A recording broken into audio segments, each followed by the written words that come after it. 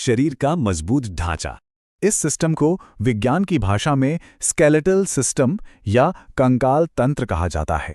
आसान शब्दों में समझें तो ये हमारे शरीर की सभी हड्डियों का एक पूरा समूह है। जैसा कि हमने पहले कहा, ये बिल्कुल किसी कंस्ट्रक्शन साइट के फाउंडेशन और पिलर्स की तरह काम करता है। ये शरीर को वो ज़रूरी सपोर्ट और शेप देता है जिससे हमारे सभी अंग अपनी अपनी जगह पर सुरक्षित और सीधे टिके रहते हैं। और एक बड़ा ही दिलचस्प तथ्य ये है कि एक अडल्ट इंसान का शरीर अपनी पूरी संरचना को बनाए रखने के लिए पूरे 206, जी हाँ 206 अलग अलग हड्डियों के पिलर्स पर निर्भर करता है। ये 206 हड्डियां आपस में मिलकर ही उस शानदार मशीनरी का निर्माण करती हैं जिसे हम इंसानी शरीर कहते हैं। अब हम बढ़ते हैं दूसरे भाग की तरफ, इस स्केलेटल सिस्टम के 5 मुख्य कार्य। इन 5 जरूरी कामों को याद रखना बहुत ही आसान है। इसके लिए हम एक सिंपल सी ट्रिक का इस्तेमाल करेंगे, SPMBS। S से सपोर्ट, P से प्रोटेक्शन यानी नाजुक अंगों की सुरक्षा, M से मूवमेंट, B से ब्लड सेल फॉर्मेशन यानी खून का बनना, और S से स्टोरेज यानी कैल्शियम जैसे मिनरल्स को जमा करना। होगा ना पांचों काम याद? इसी ट्रिक के दूसरे पॉइंट यानी प्रोटेक्शन को थोड़ा और करीब से देखते हैं।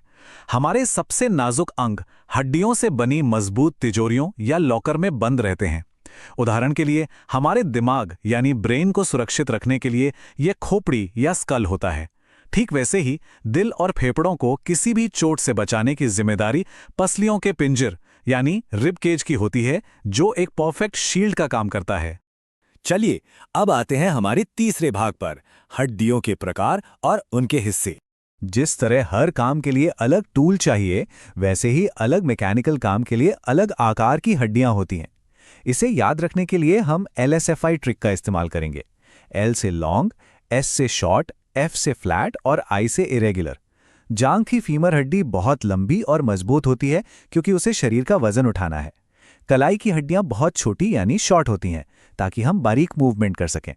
खोपड़ी की हड्डियां चपटी या फ्लैट होती हैं और हमारी रीढ़ की हड्डियां एकदम अनियमित या इरेगुलर शेप की होती हैं। पूरे कंकाल को अगर स्ट्रक्चर के हिसाब से देखें तो ये 2 मुख्य हिस्सों में बटा है। पहला है एक्सियल स्केलेटन यानी अक्षीय कंकाल। ये हमारे शरीर का मुख्य केंद्र है जिसमें खोपड़ी, रीढ़ की हड्डी और पसलियां आती हैं जो हमें कोर स्टेबिलिटी देती हैं। दूसरा है अपेंडिकुलर स्केलेटन जिसमें हमारे हाथ, पैर और गर्डल्स शामिल हैं। इन्हें आप कंस्ट्रक्शन की क्रेन और लीवर समझ सकते हैं जो हमें चलने फिरने या मूवमेंट की आज़ादी देते हैं। मूवमेंट की बात निकली है तो आइए चलते हैं हमारे चौथे भाग पर, जोड़ यानी जॉइंट्स। अगर पूरा शरीर सिर्फ सीधी लकड़ियों या लोहे के पिलर से बना होता तो हमारा मुड़ना तो नामुमकिन था। एक ढांचे को मोड़ने के लिए हिंज या कब्जों की जरूरत होती है। विज्ञान में इन कब्जों को जॉइंट्स या जोड़ कहा जाता है। ये बस वो पॉइंट है जहां 2 हड्डियां आपस में मिलती हैं। ये जॉइंट्स ही वो जादुई हिस्से हैं जो इस सख्त ढांचे को मोड़ने और शानदार मूवमेंट करने की ताकत देते हैं। और हां, ये जॉइंट्स भी एक जैसे नहीं होते। कुछ बिल्कुल फिक्स होते हैं जो हिलते ही नहीं, जैसे खोपड़ी के जोड़। कुछ हिंज जॉइंट होते हैं जो दरवाजे के कब्जे की तरह बस एक ही दिशा में खुलते हैं, जैसे हमारी कोहनी। और फिर आते हैं बेहद फ्लेक्सिबल बॉल और सॉकेट जॉइंट जो हर दिशा में घूमने की आज़ादी देते हैं, जैसे हमारे कंधे का जोड़। अब बढ़ते हैं हमारे आखिरी और सबसे शानदार भाग की तरफ, बोन मैरो यानी हड्डियों के अंदर की फैक्ट्री। बाहर से भले ही ये हड्डियां सूखी और सख्त लगें, लेकिन इनके खोखले केंद्र के अंदर एक बहुत ही बिजी बायोलॉजिकल फैक्ट्री चल रही होती है। इस फैक्ट्री के 2 मुख्य विभाग हैं। रेड मैरो बिल्कुल किसी मैन्युफैक्चरिंग प्लांट की तरह काम करता है जो लगातार हमारे लिए रेड और वाइट ब्लड सेल्स बनाता है। वहीं येलो मैरो एक वेयरहाउस या गोदाम की तरह काम करता है जिसका काम फैट को स्टोर करके रखना है।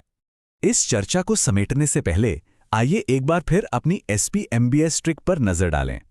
Support, protection, movement, blood formation और स्टोरेज, ये 5 काम अब हमेशा के लिए हमारे दिमाग में पक्के हो जाने चाहिए।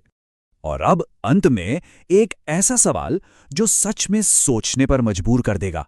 जरा कल्पना कीजिए, अगर हमारे शरीर का हर एक जॉइंट बिल्कुल कंधे की तरह हर दिशा में घूमने वाला बॉल और सॉकेट जॉइंट बन जाए तो क्या होगा? क्या हम मजबूती से खड़े रह पाएंगे या फिर हम हर कदम पर बस गिरते ही रहेंगे? सोचिएगा जरूर। ये सवाल उस परफेक्ट बैलेंस को दिखाता है जिसके बिना शरीर का खड़ा रहना भी नामुमकिन है। आज की इस चर्चा में शामिल होने के लिए बहुत बहुत धन्यवाद।